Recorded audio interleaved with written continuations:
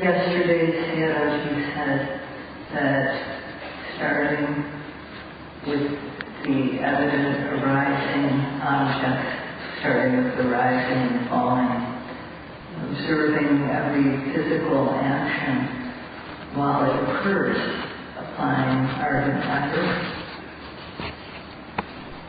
In that time, mental energy is present, and there's also aiming.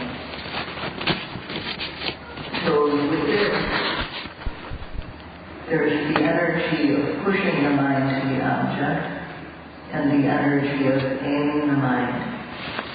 And when these two are applied, then sati sticks firmly to the object, which one has been trying to observe, which one has been aiming at. When sati sticks to the object, the mind doesn't run anywhere else, and thus the mind becomes collected. This is due to samadhi. The mind falls collectively on the object, and when this occurs many, many times, then the object on which the mind falls collectively is known. Knowledge arises, so when the mind falls collectively on the rising, one knows the rising.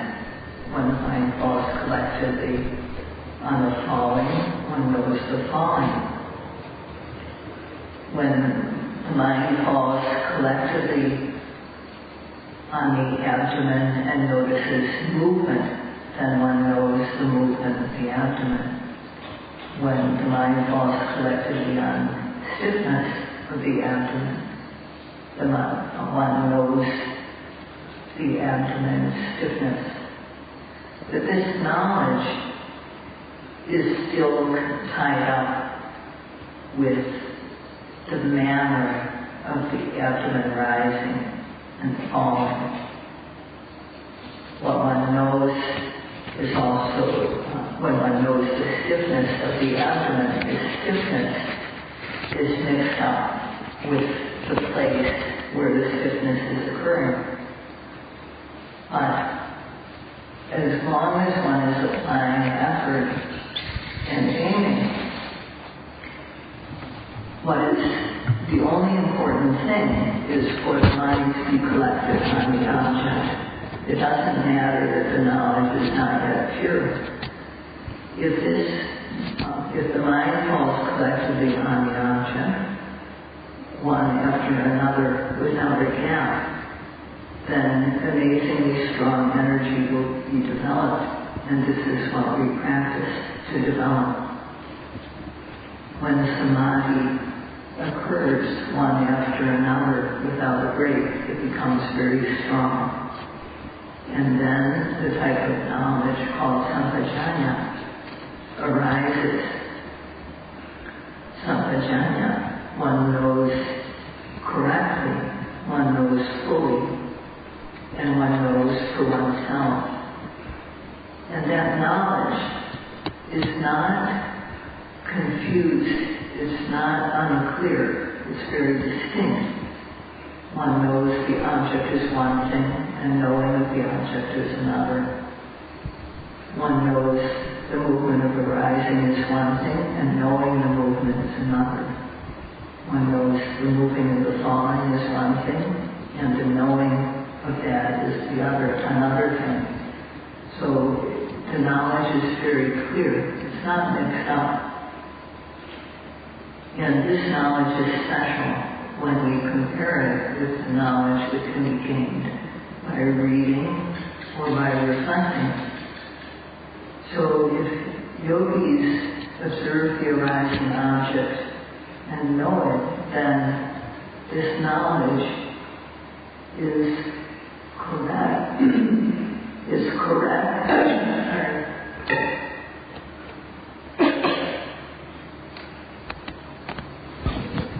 This knowledge is distinct, special, and correct. This knowledge is complete, distinct, and special.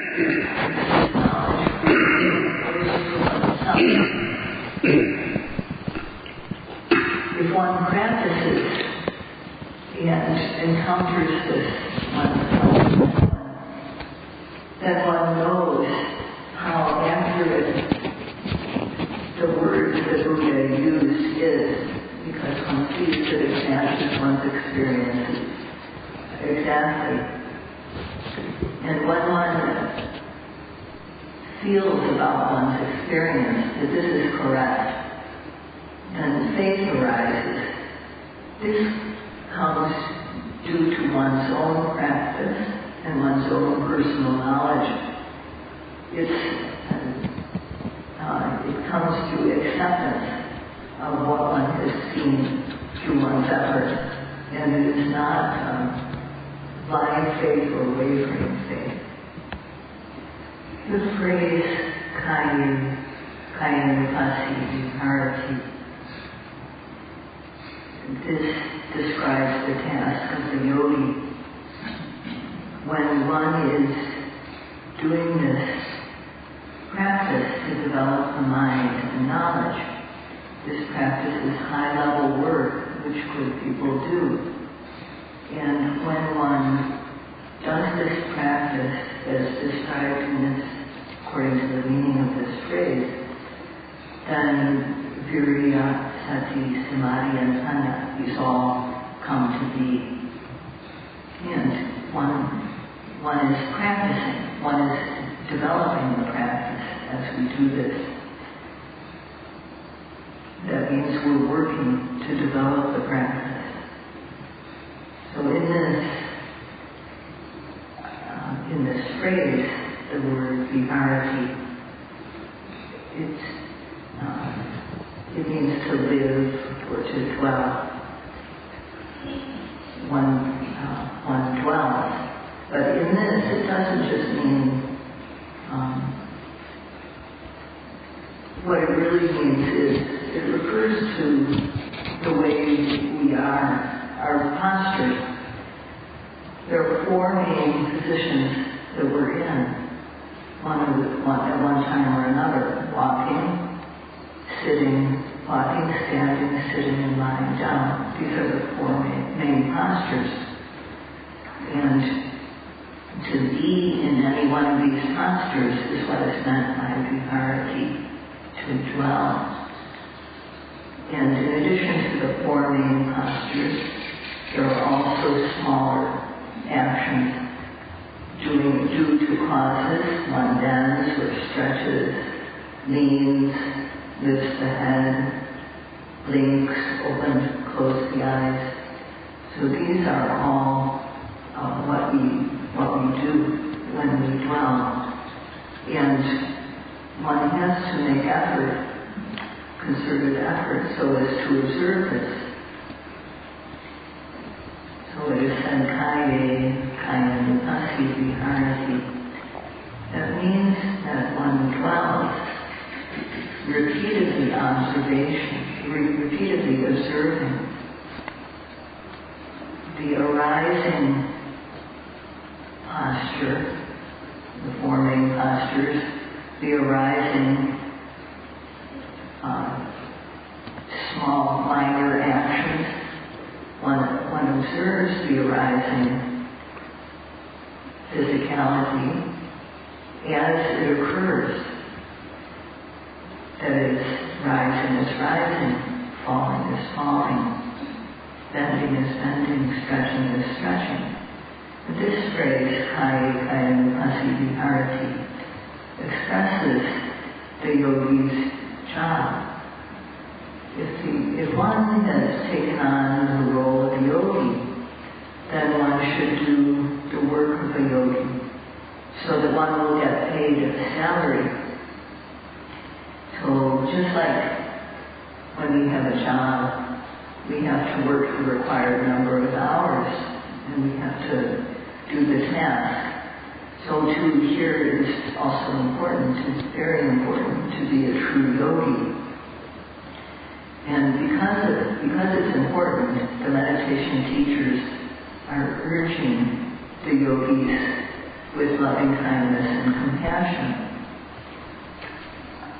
It's not like the boss who wants the worker to work well for his or her own benefit. The teachers are not speaking for their own benefit. The yogi should understand this. The word asati refers to the four kinds of supreme effort called samavadana. This is applying effort so that the unwholesomeness, the greed, hatred, and delusion, which has not yet arisen, does not arise. Applying effort so that unwholesomeness, which has arisen, does not arise again.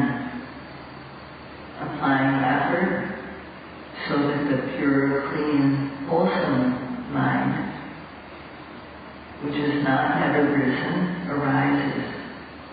Applying effort so that the wholesome mind arises again and again and is developed to completion.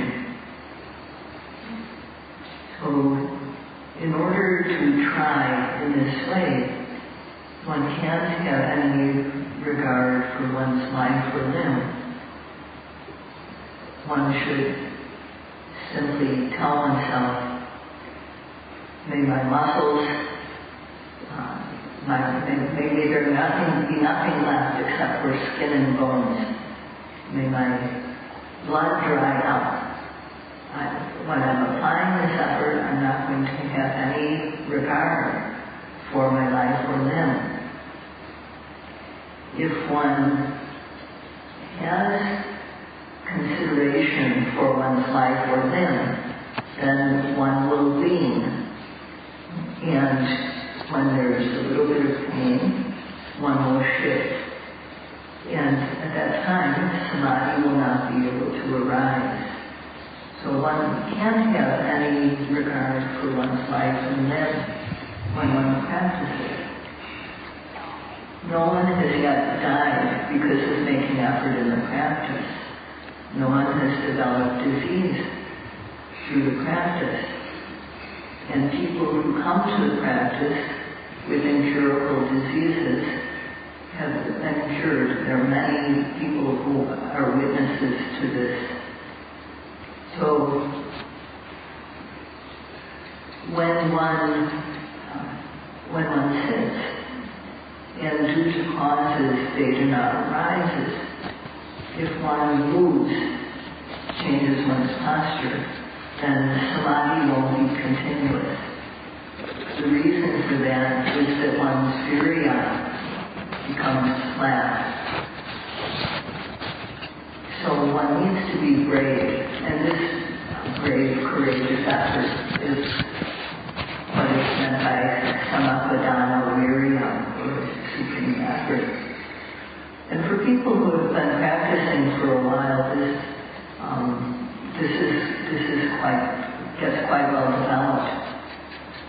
If one has practiced for 1 week or 2 weeks, and this type of effort is not there yet, it means that the yogi is favoring him or herself.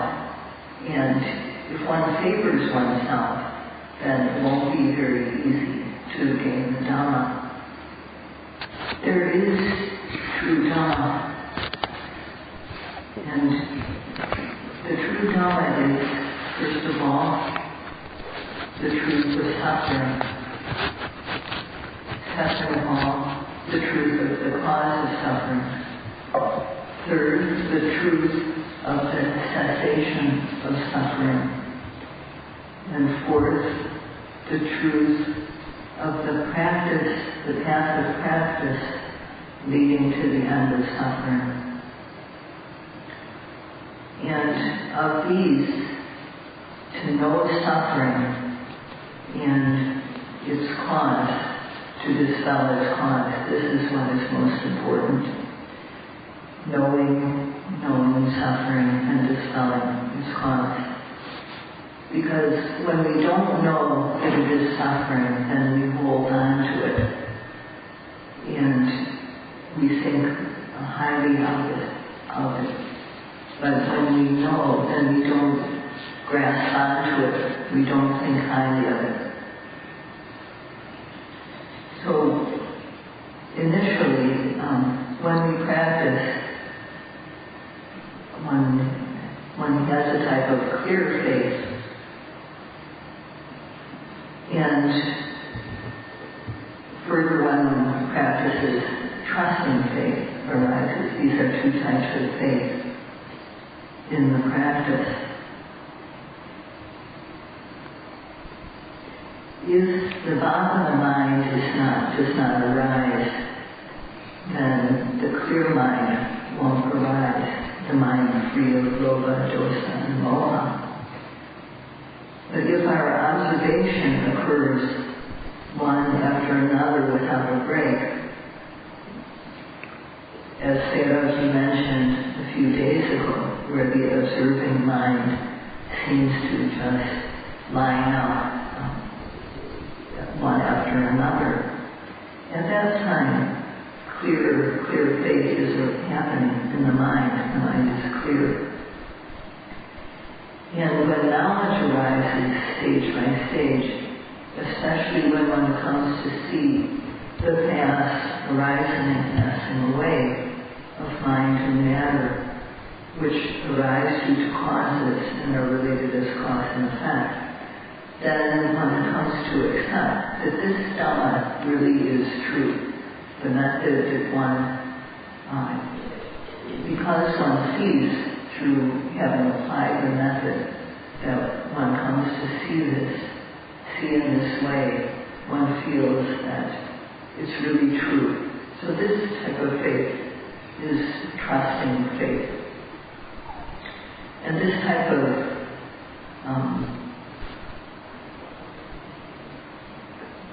clear trust and confidence is not something that is gained through reading.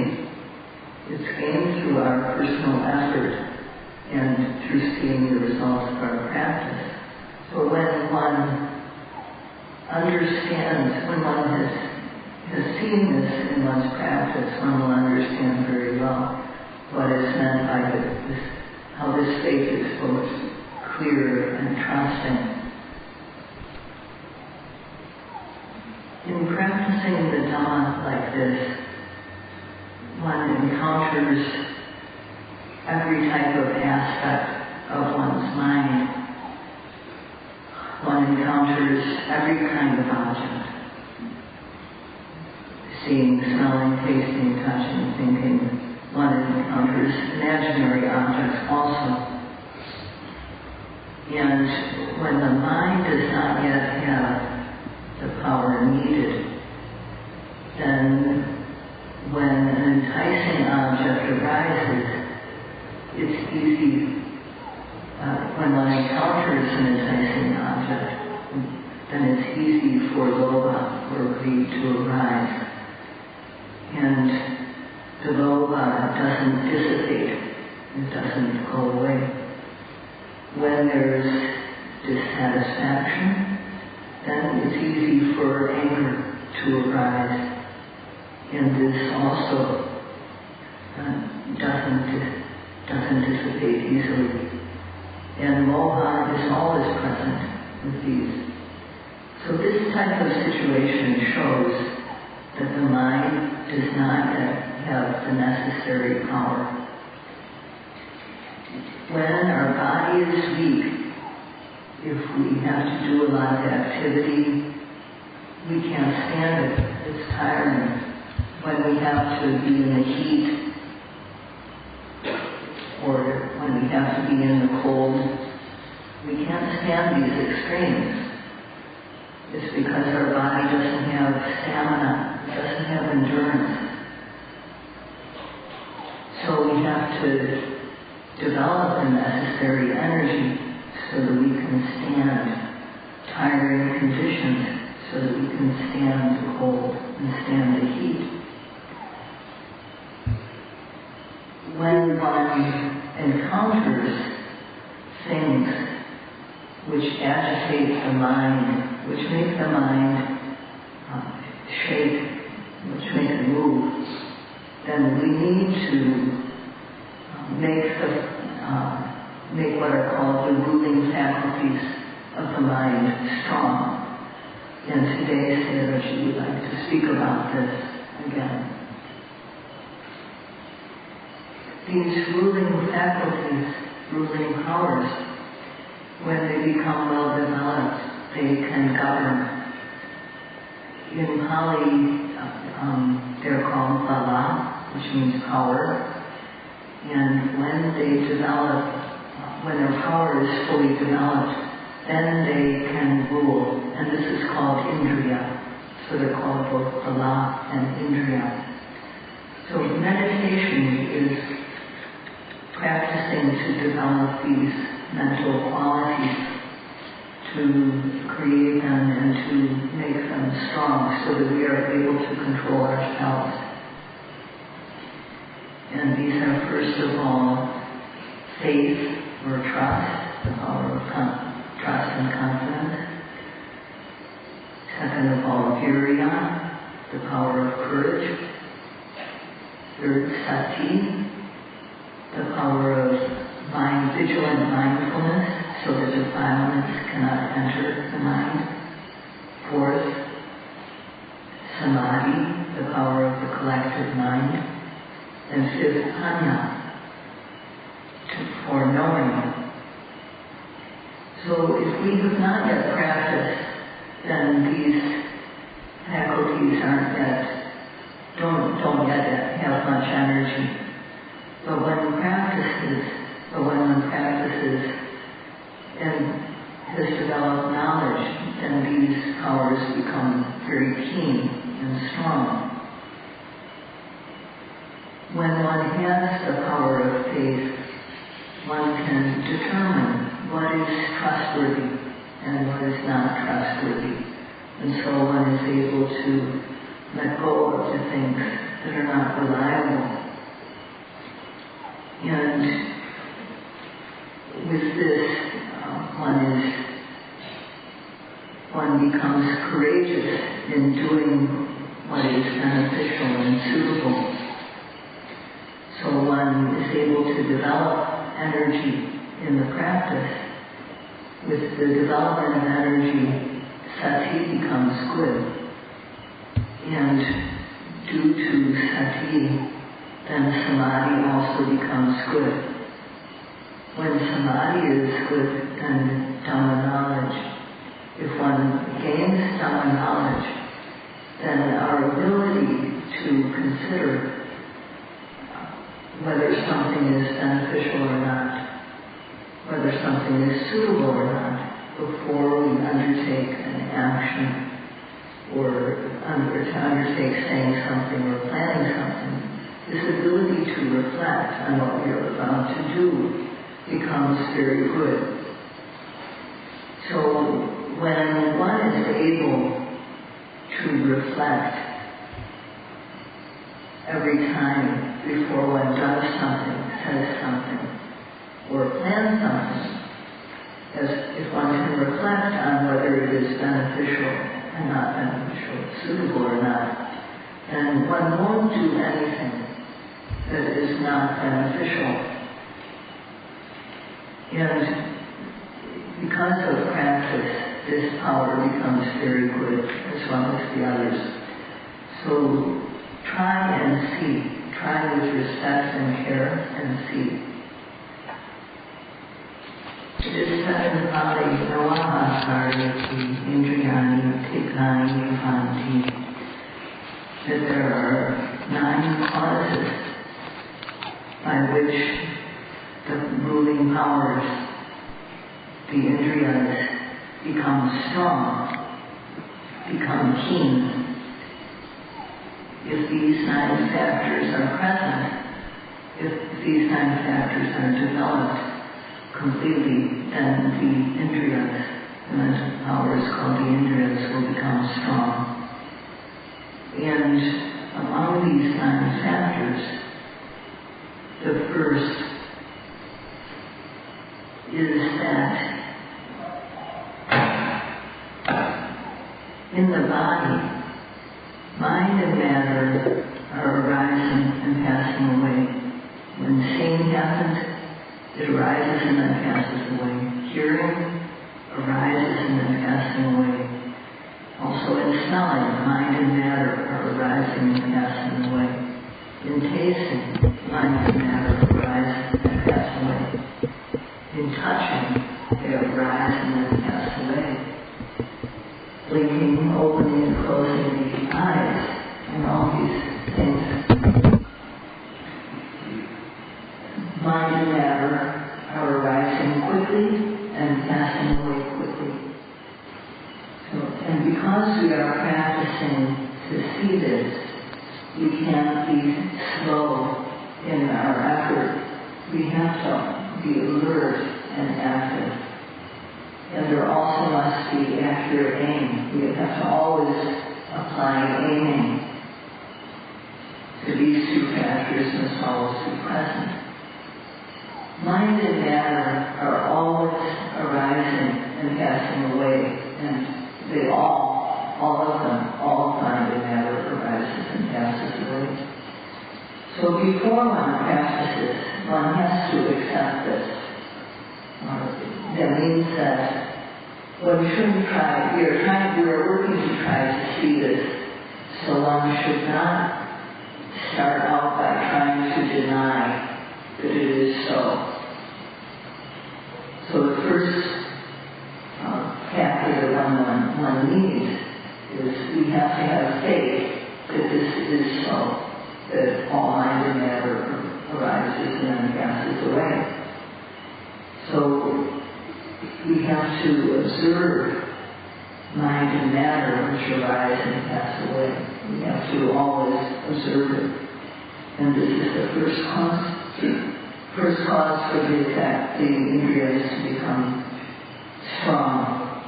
And the yogis are doing this now. When the object to be observed arises in one's being, they observe so as not to miss, so as to see. And if they do this, when they actually see, when the yogi actually sees how mind and matter arise and then pass away through direct experience, one will come to acceptance of this. One will realize this really is true, that mind and matter arise and pass away. So tomorrow, Sayadaw would like to speak about how faith arises and is developed in terms of theory and practice, and also how Virya develops. That's all for today.